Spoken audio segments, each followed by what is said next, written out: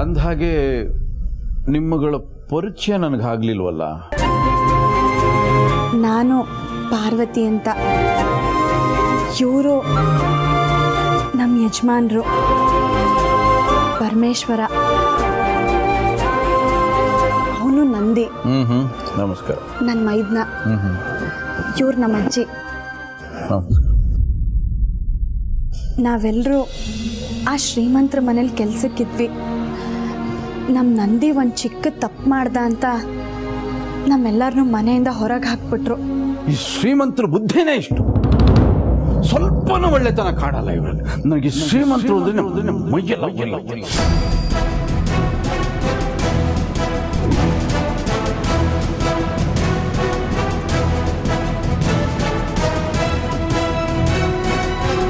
ನಿನ್ಗೊಂದು ಮಾತು ಹೇಳ್ತೀನಿ ಕೇಳುತ್ತಾಯಿ. ಶ್ರೀಮಂತರಿಗೆ ಹಣವೇ ಸಾರಥಿ. ಹಣ ಹೇಳ್ದಾಗ ಇವ್ರು ಕೇಳ್ತಿರ್ತಾರೆ. ಹಾಗಾಗಿ ದರ್ಪ, ದೌರ್ಜನ್ಯ, ದುರಹಂಕಾರ ಎಲ್ಲ ಇವ್ರ ಮೈ ತುಂಬಿಕೊಂಡಿರತ್ತೆ.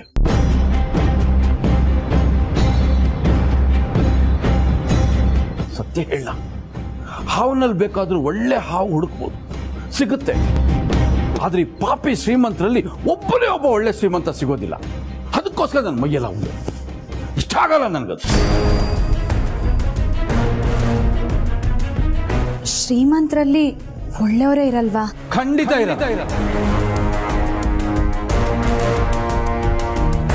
ಖಂಡಿತ ಇರಲ್ಲ. ಅವನು ಒಳ್ಳೆಯವನಾಗಿದ್ರೆ ಅವನು ಶ್ರೀಮಂತನಾಗಿರೋಕ್ ಸಾಧ್ಯನೇ ಇಲ್ಲ.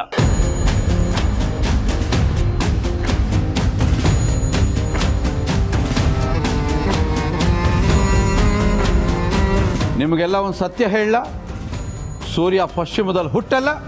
ಶ್ರೀಮಂತರಲ್ಲಿ ಒಳ್ಳೆಯವ್ರನ್ನ ಕಾಣಕ್ ಸಾಧ್ಯ ಇಲ್ಲ.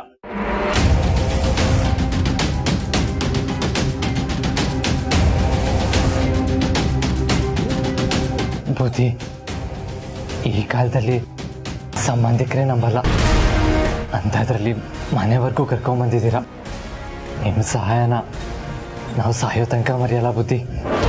ನಂಬಿಕೆ ಇಟ್ಟು ಕರ್ಕೊಂಬಂದಿದ್ದೀನಿ. ನನ್ನ ನಂಬಿಕೆನ ಉಳಿಸ್ಕೊಂಡ್ರೆ ನಾನು ಶ್ರೀಮನ್ನಾರಾಯಣ, ನಂಬಿಕೆ ಕೆಡಿಸ್ಕೊಂಡ್ರಿ ನರಸಿಂಹ, ಉಗ್ರ ನರಸಿಂಹ.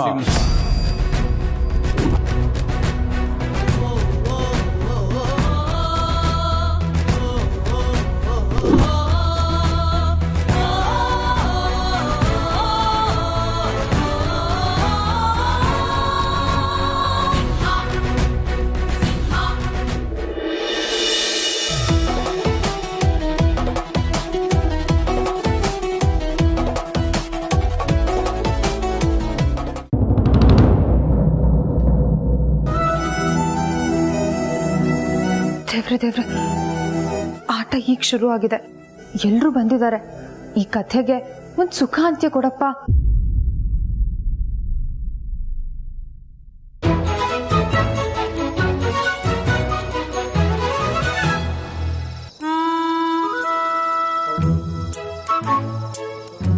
ಏನು ಅತ್ತೆ ಸೊಸೆ ಏನೋ ಮಾತಾಡ್ತಿರೋ ಹಾಗಿದೆ?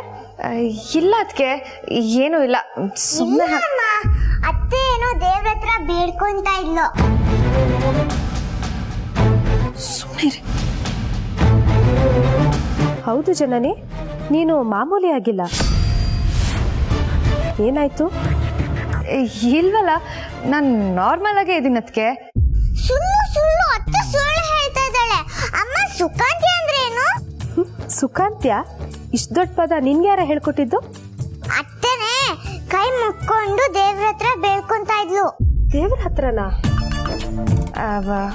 ಅದಕ್ಕೆ ಅದೇನು ಅಂದ್ರೆ, ಹಾ ಅದೇ ಒಂದು ಹಾಡಿದ್ಯಲ್ಲ, ಯಾವ್ದಪ್ಪ ಅದು? ಹಾ, ಪ್ರೀತಿಯಲ್ಲಿ ಇರೋ ಸುಖ ಗೊತ್ತೇ ಇರಲಿಲ್ಲ, ಹೂ ಅಂತೀಯ ಹೂ ಅಂತೀಯ ಅಂತ. ಆ ಹಾಡು ಹಾಡ್ತಿದ್ದೆ ನಾನು ಡ್ಯಾನ್ಸ್ ಮಾಡ್ಕೊಂಡು. ಅದರಲ್ಲಿ ಸುಖ ಅಂತ ಬರುತ್ತಲ್ಲ, ಅದನ್ನ ಕೇಳಿಸ್ಕೊಂಡು ಹಾಗೆ ಹೇಳ್ತಾಳೆ ಅಲ್ವಾ ಪುಟ್ಟಿ? ಸುಳ್ಳು ಸುಳ್ಳು ಇಷ್ಟು ಸುಳ್ಳು ಹೇಳ್ತೀಯ ಅತ್ತೆ? ಸುಳ್ಳು ಹೇಳಿದ್ರೆ ಕೈ ಹೀಗಾಗೋಗುತ್ತೆ. ನಿಮ್ ಸ್ಕೂಲಲ್ಲಿ ಹೇಳ್ಕೊಟ್ಟಿಲ್ವಾ ನಿಮ್ ಟೀಚರ್ ಸುಳ್ಳು ಹೇಳ್ಬಾರ್ದು ಅಂತ? ಜನನಿ ಏನ್ ಹೇಳ್ತಿದ್ದಾಳೆ ಇವಳು? ಜಾನಕಿ, ಜಾನಕಮ್ಮ, ಬಂದೆ ಮಾವ.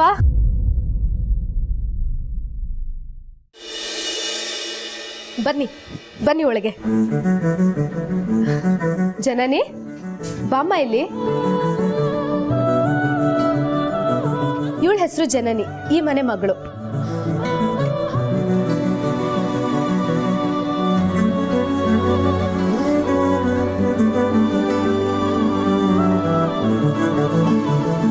ಜನನಿ, ಇವ್ರು ಸ್ವಲ್ಪ ದಿವಸ ಇಲ್ಲೇ ಇರ್ತಾರಮ್ಮ. ಸರಿ ಅದಕ್ಕೆ. ಸರಿ, ನೀನು ಹೋಗಮ್ಮ.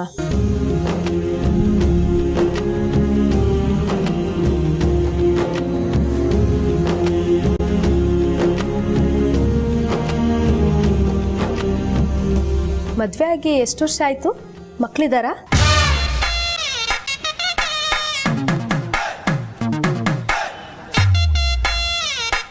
ಇಲ್ಲ, ಮದುವೆ ಆಗಿ ಬರೀ 6 ತಿಂಗಳಾಯ್ತಷ್ಟೆ. ಏನಾದರೂ ವಿಶೇಷ? ಸದ್ಯದ ಪರಿಸ್ಥಿತಿ ಸುಧಾರಿಸೋವರೆಗೂ ಮಕ್ಕಳು ಬೇಡ ಅಂತ.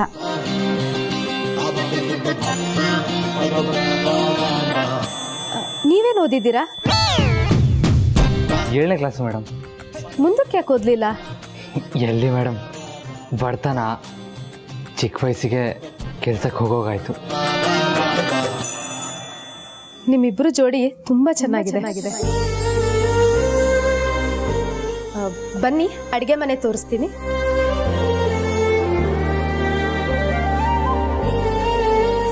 ಬನ್ನಿ.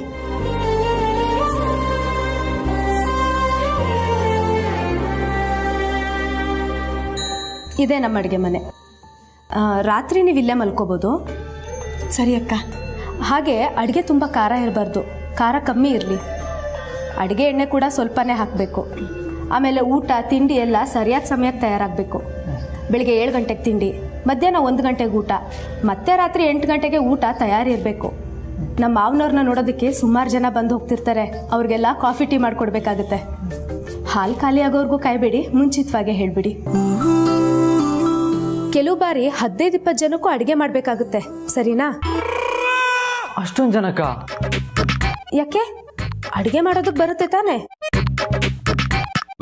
ಹಾಂ ಬರುತ್ತೆ, ತುಂಬ ಚೆನ್ನಾಗಿ ಮಾಡ್ತೀನಿ. 10-20 ಜನ ಅಂದ್ರಲ್ಲ, ಅದಕ್ಕೆ ಕೇಳಿದೆ.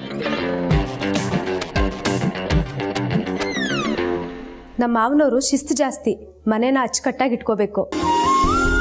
ಹಾಂ, ಆಮೇಲೆ ಜೋರಾಗಿ ಮಾತಾಡೋದು, ಯಾವಾಗಲೂ ಫೋನ್ನಲ್ಲೇ ಇರೋದು ನೋಡಿದರೆ ಅವ್ರಿಗೆ ಇಷ್ಟ ಆಗಲ್ಲ. ಸರಿ ಅಕ್ಕ, ಆ ರೀತಿ ತಪ್ಪಾಗ್ದಿರೋ ಥರ ನಾವು ನೋಡ್ಕೋತೀವಿ. ಸರಿ ನೋಡಿ, ಒಂದ್ಸಲ ಅಡುಗೆ ಪದಾರ್ಥಗಳು ಎಲ್ಲೆಲ್ಲಿವೆ ಅಂತ ನೋಡ್ಕೊಳ್ಳಿ. ನಿಮಗೆ ಯಾವುದಾದ್ರೂ ಪದಾರ್ಥ ಸಿಗಲಿಲ್ಲ ಅಂದರೆ ನನ್ನನ್ನು ಕೇಳಿ, ಸರಿನಾ?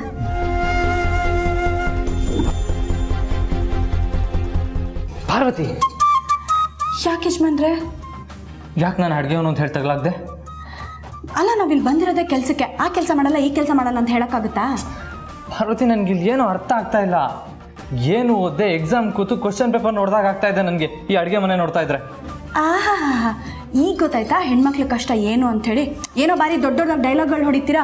ಭೀಮಸೇ ನನ್ನಳ ಮಹಾರಾಜರು ಗಂಡಸರಲ್ಲವೇ. ಈಗ ಪಾರ್ವತಿ, ನೀನು ಈ ರೀತಿ ಎಲ್ಲ ತಮಾಷೆ ಮಾಡಿ ನನಗೆ ಇನ್ನಷ್ಟು ಟೆನ್ಷನ್ ಕೊಡ್ಬೇಡ. ಯಜಮಾನ್ರೆ, ಕೋಪ ಮಾಡ್ಕೋಬೇಡಿ. ನಿಮ್ಗೆ ಅಡುಗೆ ಕೆಲಸ ಬರಲ್ಲ ಅಂತ ಹೇಳಿದ್ರೆ ಬೇರೆ ಇನ್ಯಾವುದಾದ್ರೂ ಕೆಲ್ಸಕ್ಕೆ ಹಾಕಿರೋರು. ನಿಮಗೆ ಸಹಾಯ ಮಾಡೋದಕ್ಕೆ ನಾನು ಇದ್ದೀನಲ್ವಾ?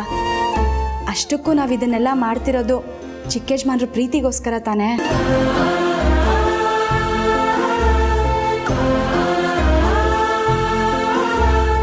ಹೌದು ಪಾರ್ವತಿ, ನೀನು ಹೇಳ್ತಾ ಇರೋದು ನಿಜ.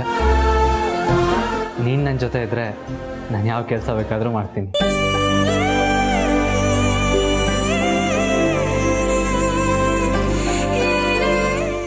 ಏನ್ ನೋಡ್ತಾ ಇದ್ಯಾ? ಹೋಗಿ ಹಸುಗೆ ಮೇವಾಕ್ ಹೋಗು. ಹೋಗು ಅಂದೆ. ಸರಿ ಮೇಡಮ್.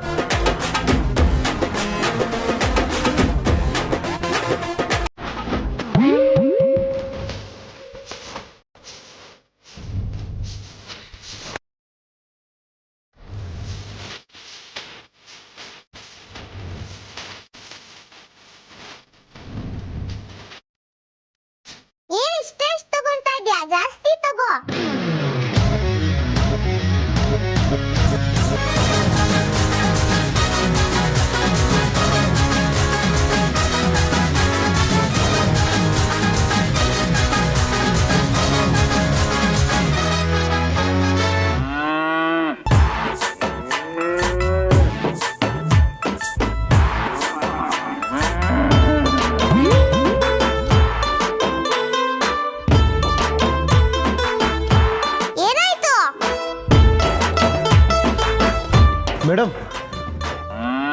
ಹಸು ಕಚ್ಚುತ್ತಾ? ಹಸು ಕಚ್ಚುತ್ತಾ? ಹಸುವೆ ನಾಯಿನ ಕಚ್ಚಕ್ಕೆ ಪುಣ್ಯಕೋಟಿ ಹಾಡ್ ಕೇಳಿಲ್ವಾ? ಸುಮ್ಮನೆ ಜೋಕ್ ಮಾಡಿದೆ.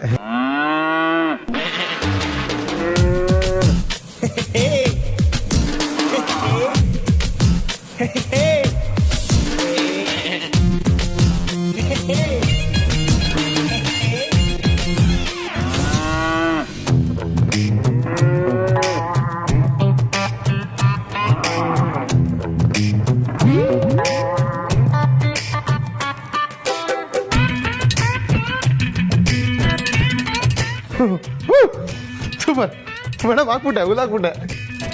ಅಲ್ಲಿಗೆ ನಿನ್ ಕೆಲಸ ಮುಗಿಲಿಲ್ಲ. ಬೆಳಿಗ್ಗೆ 4 ಗಂಟೆಗೆ ಎದ್ದೇಳ್ಬೇಕು, ಹಸುಗೆ ಹುಲ್ಲಾಕ್ಬೇಕು, ಆಮೇಲೆ ಹಾಲು ಕರೆದು 5 ಗಂಟೆಗೆ ಡೈರಿಗೆ ಹಾಕ್ಬೇಕು, ಮತ್ತೆ ವಾಪಸ್ ಬಂದು ಕೊಟ್ಟಿಗೆನೆಲ್ಲ ಕ್ಲೀನ್ ಮಾಡ್ಬೇಕು, ಆಮೇಲೆ ತಿಂಡಿ ತಿನ್ಕೊಂಡು ದನ ಮೇಯ್ಸಕ್ ಹೋಗ್ಬೇಕು. ಹುಲ್ಲಾಕೋದಕ್ಕೆ ಹೋದಾಗಲೇ ಈ ಹಸುಗಳು ಗುರಾಯಿಸ್ತವೆ, ಇನ್ನು ಹಾಲು ಕರೆಯೋದಕ್ಕೆ ಬಿಡ್ತಾವ?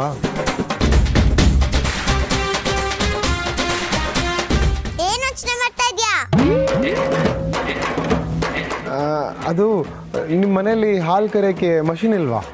ಏನು ಹಾಲು ಕರಿಯಕ್ ಮಿಷಿನಾ? ಹಾಂ, ಫಾರಿನಲ್ಲೆಲ್ಲ ಹಾಲು ಮಷಿನಲ್ಲೇ ತಾನೇ ಕರೆಯೋದು. ಇದು ಫಾರಿನ್ ಅಲ್ಲ. ಸ್ಕೂಲಲ್ಲಿ ನಮ್ಮ ಮೇಷ್ಟ್ರು ಕೊಟ್ಟರೆ ಶಾಪ ಇದು. ನೀನು ದನ ಕಾಯೋದಕ್ಕೆ ಲಾಯಕು ಅಂತಿದ್ರು, ಕೊನೆಗೂ ಹಂಗೆ ಆಗೋಯ್ತಲ್ಲಪ್ಪ. ಏನ್ ಯೋಚನೆ ಮಾಡ್ತಾ ಇದ್ಯಾ? ಹೋಗಿ ಸಗಣಿ ಬಾಚು. ಸಗಣಿ ಬಾಚೋದ? ಏನ್ ಬರಲ್ವಾ? ಅದರಲ್ಲ ಫೇಮ್. ಸರಿ ಮೇಡಮ್, ಸಗಣಿ ಬಾಚ್ತೆ. ಹೋಗು.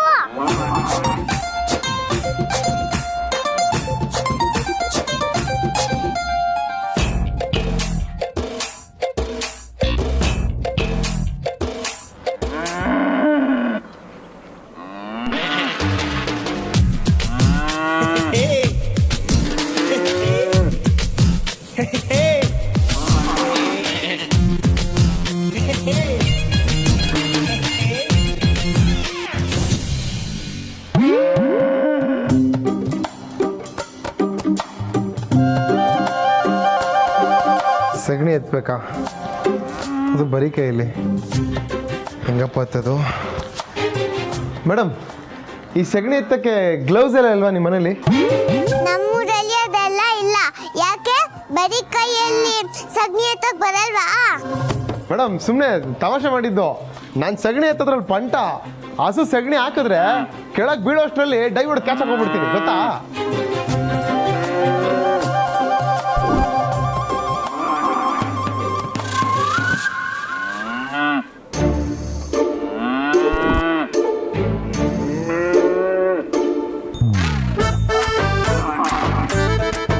ಬೇಗ ಮಾಡು.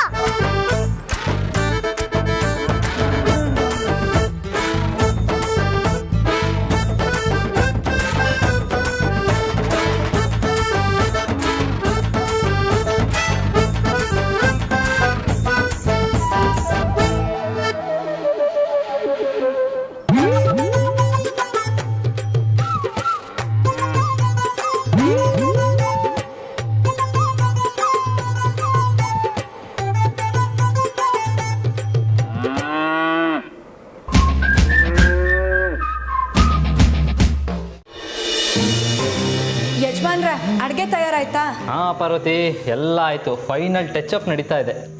ಅಯ್ಯೋ ಯಜಮಾನ್ರೆ, ಇದನ್ನೆಲ್ಲ ಯಾಕೆ ಮಾಡಕ್ ಹೋದ್ರಿ? ಇದು ಹಳ್ಳಿ, ಸಿಟಿ ಅಲ್ಲ.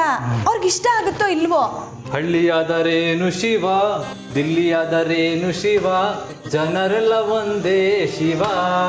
ಪಾರ್ವತಿ, ಏನಾದರೂ ಡಿಫ್ರೆಂಟಾಗಿ ಟ್ರೈ ಮಾಡಿದ್ರೆ ನಾವು ಅವ್ರ ಮೆನ್ಸ್ ಗೆಲ್ಬೋದು. ಯಜಮಾನ್ರೆ, ನಂಗೆ ಯಾಕೋ ಭಯ ಆಗ್ತಾ ಇದೆ. ಪಾರ್ವತಿ, ಭಯನೇ ಪಡೋದು ಬೇಡ ನೀನು. ನೋಡು, ನಾವು ಮಾಡಿರೋ ಅಡುಗೆನ ಅವ್ರು ಮೆಚ್ಚುತ್ತಾರೆ. ರೈಸ್ ತಗೋ.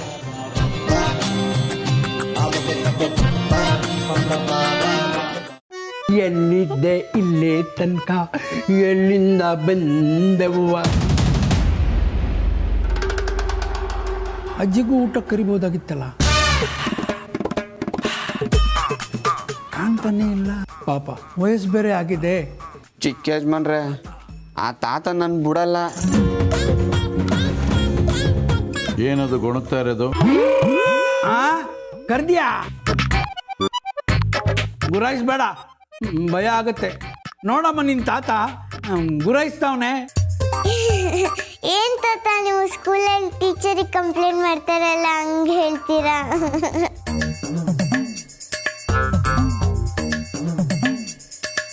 ಪುಟಾಣಿ, ಊಟ ಮಾಡುವಾಗ ಹಾಗೆಲ್ಲ ಮಾತಾಡ್ತಾರೆ. ಅಮ್ಮ ಇನ್ನೂ ಊಟನ ಶುರು ಮಾಡಿಲ್ಲ ಅಲ್ಲ?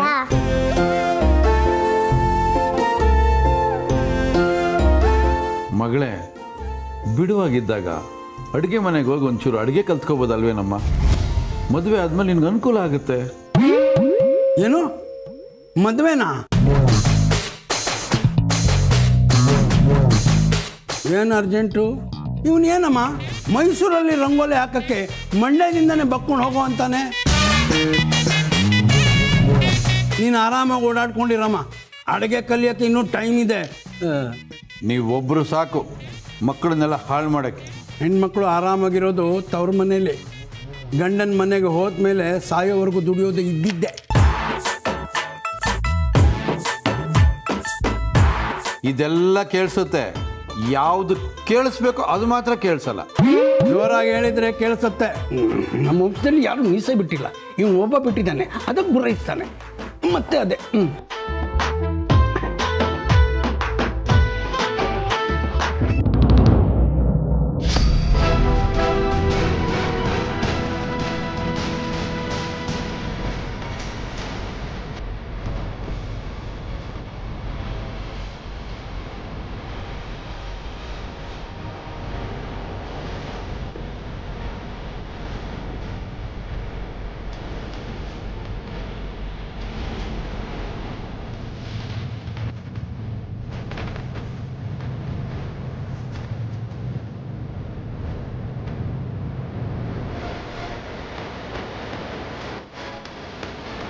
ಚಿಕ್ಕ ಯಜಮಾನ್ರೆ ಥರ ಅಡುಗೆ ಮಾಡಿದ್ದಾರೆ.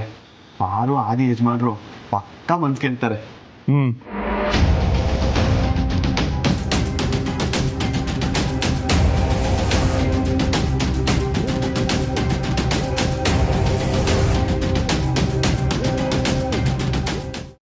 ಜಾನಕಮ್ಮ, ಇದೇನಮ್ಮ?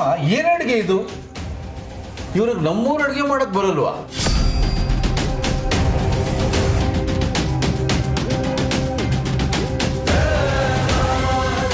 ಮಾವ ಅವ್ರಿಗೆ ಅಡುಗೆ ಬರುತ್ತೆ ಅಂತ ಹೇಳಿದ್ರು.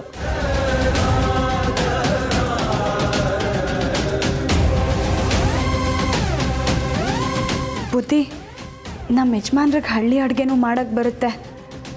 ಆದರೆ ಮೊದಲನೇ ಸತಿ ಮನೇಲಿ ಅಡುಗೆ ಮಾಡ್ತಿದ್ದಾರಲ್ವಾ, ಅದಕ್ಕೆ ಅಲಂಕಾರ ಮಾಡಿದಾರಷ್ಟೆ ಅಲ್ವೇನ್ರಿ? ಹೌದು ಬುದ್ಧಿ.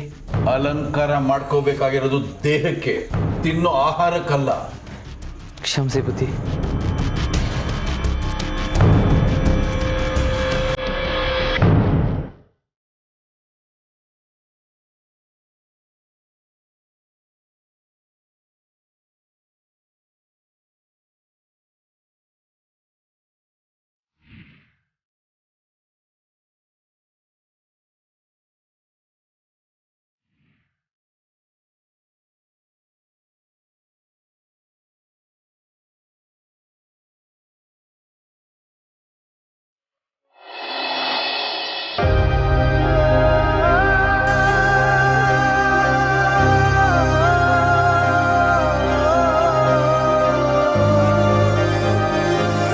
ಬೇಜಾರಾಯ್ತಾ ಯಜಮಾನ್ರೆ? ಇಲ್ಲ ಪಾರ್ವತಿ, ಯಾಕೋ ಅಮ್ಮ ತುಂಬಾ ನೆನಪಾಗ್ತಾ ಇದ್ದಾರೆ. ದಾರಿ ಗೊತ್ತಿಲ್ಲದೆ ರಸ್ತೆ ಮಧ್ಯೆ ನಿಂತಾಗಿದೆ. ಕರ್ಕೊಂಡು ಹೋಗಕ್ಕೆ ಅಮ್ಮ ಬೇಕು ಅಂತ ಅನಿಸ್ತಾ ಇದೆ.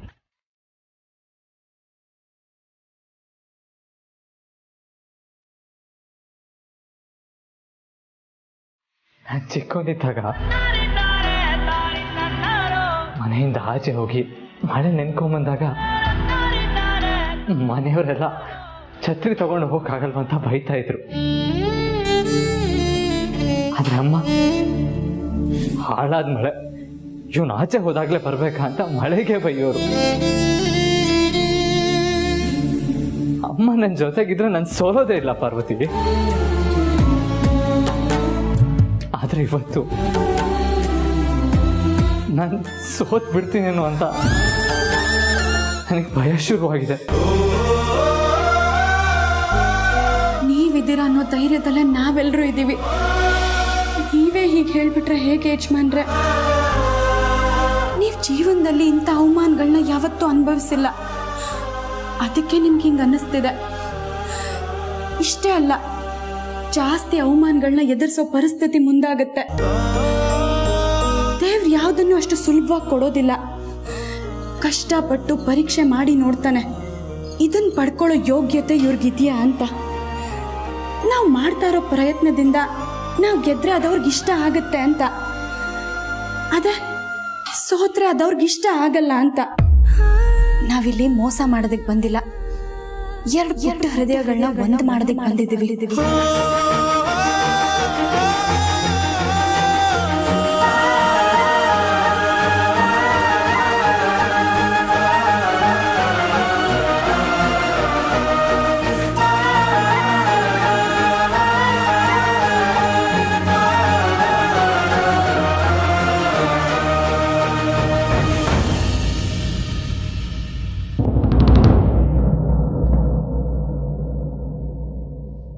ಏನೇ ಕಷ್ಟ ಬರಲಿ, ಎಷ್ಟೇ ನೋವು ಅವಮಾನಗಳಾಗಲಿ, ನಾನು ಕಡೆವರೆಗೂ ನಿಮ್ಮ ಜೊತೆ ಇರ್ತೀನಿ.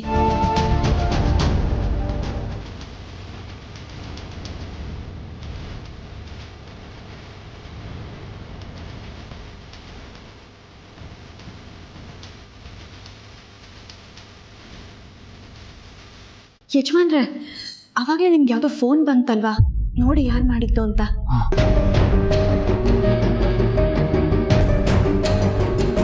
ಅನುಷ್ಕಾ ಮಾಡಿದಾಳೆ. ಫೋನ್ ಮಾಡಿ ಮಾತಾಡಿ, ನಾನು ಹೋಗಿ ರಾಗಿ ಗಂಜಿ ಮಾಡ್ತೀನಿ. ಪಾಪ ಅವ್ರು ಊಟನೂ ಮಾಡಿಲ್ಲ. ಸರಿ ಪಾರ್ವತಿ.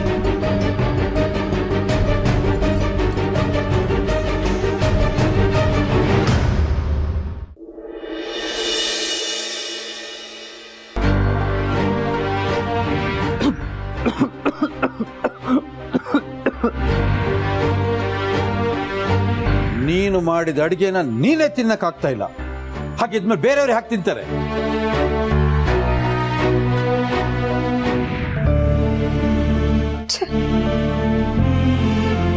ನಾವೆಷ್ಟು ಸ್ವಾರ್ಥಿಗಳಾಗ್ಬಿಟ್ವಿ. ನಮ್ಮ ಪ್ರೀತಿ ಉಳಿಸ್ಕೊಳ್ಳೋದಕ್ಕೋಸ್ಕರ ಸಾವಿರಾರು ಜನಕ್ಕೆ ಕೆಲಸ ಕೊಟ್ಟು ಸಾಕ್ತಾ ಇರೋ ಅರಸನಕೋಟೆ ಅಖಿಲಾಂಡೇಶ್ವರಿ ಅವ್ರ ಮನೆಯವ್ರನ್ನ ಮನೆ ಕೆಲ್ಸದವ್ರಾಗಿ ಮಾಡ್ಕೊಂಡು ಬಿಟ್ಟಿದ್ದೀವಿ. ಅವ್ರ ಒಳ್ಳೆತನನ ನಾನು ದುರುಪಯೋಗ ಪಡಿಸ್ಕೊಳ್ತಿದ್ದೀನಿ. ನನ್ನಿಂದ ಅವ್ರಿಗೆ ಎಂಥ ಅವಮಾನ. ಇಲ್ಲಿ ಅಪ್ಪಂದು ತಪ್ಪು ಅಂತ ಹೇಳಕ್ಕಾಗಲ್ಲ, ಯಾರು ಕೆಟ್ಟವರಲ್ಲ, ಪರಿಸ್ಥಿತಿ ಕೆಟ್ಟಿದೆ, ಅದು ನನ್ನಿಂದ ಆಗ್ತಿದೆ. ಇದನ್ನ ಇಲ್ಲಿಗೆ ನಿಲ್ಲಿಸ್ಬೇಕು. ಪ್ರೀತು ಹತ್ರ ಮಾತಾಡ್ತೀನಿ.